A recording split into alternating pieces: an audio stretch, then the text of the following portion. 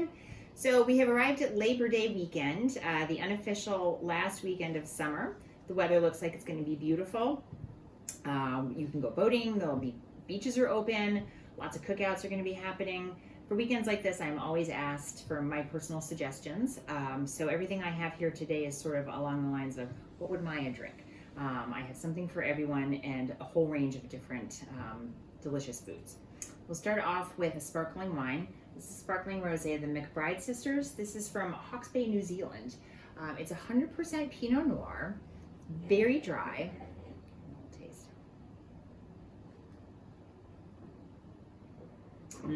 It's got some notes of lemon and peach, definitely strawberry and cherry in there too. Great acidity in that. I would pair this. This is a nice aperitif. I put this with oysters, all kinds of raw bar. Smoked salmon definitely as well, and it's perfect on a hot day. The retail on this is about $15 to $23. And just as a nice piece of information, McBride sisters, Robin and Andrea, own the largest, it is the largest Black-owned wine business in the country. Shifting over from New Zealand to southern France, I have a Picpoul de Pigné. Picpoul translates into lip stinger because this is really tangy and zesty. There's a lot of acidity in this. This is from southern France, from the Languedoc-Roussillon area. It's very dry, like I was just saying, high acidity.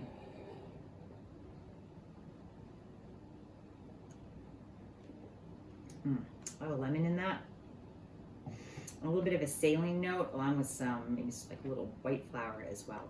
This is this is termed the Muscadet of the South because it's so light and dry, but I think this definitely has more on the acidic front than a Muscadet does. Because of that little saline hint, this is beautiful with salty oysters. And if you did a fresh fish or a fresh fried fish on that nice salty crunch, this would be a perfect pairing. Picpouls in general tend to range from $12 to $15. They're meant to be consumed young, one year vintage date typically. Definitely a summer wine, but also good for nice hot Labor Day weekends. I'm going to Italy for my next white wine selection. This is the Principe Pallavicini. That's the winery, and the region that this is from is called Friscotti, which is in Lazio. So Friscotti has been a style of wine that goes back thousands of years. The grapes in this are Malvasia, Trebbiano, and Greco. But this is really crisp and refreshing.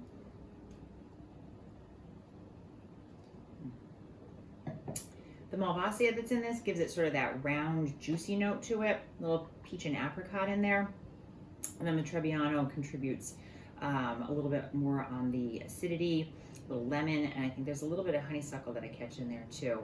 This I would pair with mussels, fish tacos, maybe a caprese salad, grilled chicken as well. And the retail on this is usually $12 to $15. It's a really good, well-priced wine. Love Friscotti, you have to try it. My rosé is from one of my all-time favorite wineries. This is the Muga Rosado. Muga produces some of the best Riojas in the world. And then they also make this beautiful little rosé Rioja. The grapes in this are Tempranillo, Garnacha, and Viura. So this has like sort of all the classic notes that I love in a rosé.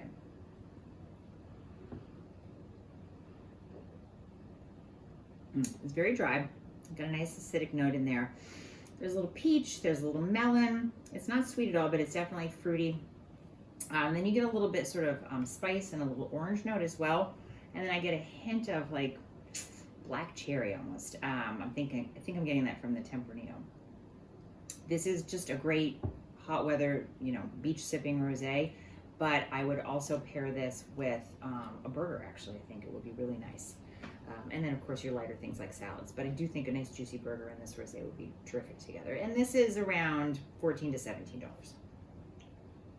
My red is a perfect grilling red. This is the Bourgogne. That's the appellation in the Loire Valley. The grape in this is Cabernet Franc. This is a new release from 90 Plus Cellars, the lot 209. So the Loire Valley is home to Cabernet Franc, and it actually dates back about 1,000 years in this particular area. Just as an interesting side note, Cabernet Franc and Sauvignon Blanc were crossed long ago, and Cabernet Sauvignon was the grape that was the result. But back to this wine. I put a little bit of a chill on it. I think it holds up really nicely to a slight chill. Mm. Mm. There's delicious minerality in that because of the soil in the Loire Valley. There's also some luscious raspberry, maybe black cherry, and like a hint of shaved pencil note in that. I would pair this with plank salmon. I would also do this with grilled meats, grilled steak, grilled portobello mushrooms, barbecue, and burgers too. Retail on this is maybe $18 to $20, maybe $16 to $20. I usually do a big range. And I'll just quickly finish up. Wouldn't be summer if I didn't do a can. This is actually from the McBride sisters. This is their Black Girl Magic Sparkling Rosé in a can.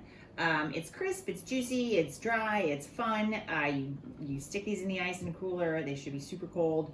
And if you're drinking it this way, then you want it in your red Solo cup like I do. And these are usually around $5 to $7 because this is actually a half of a bottle's worth of wine. This is a 12 ounces, 375 milliliter. That should do it for my picks for Labor Day weekend. Everybody have a fantastic holiday. Cheers.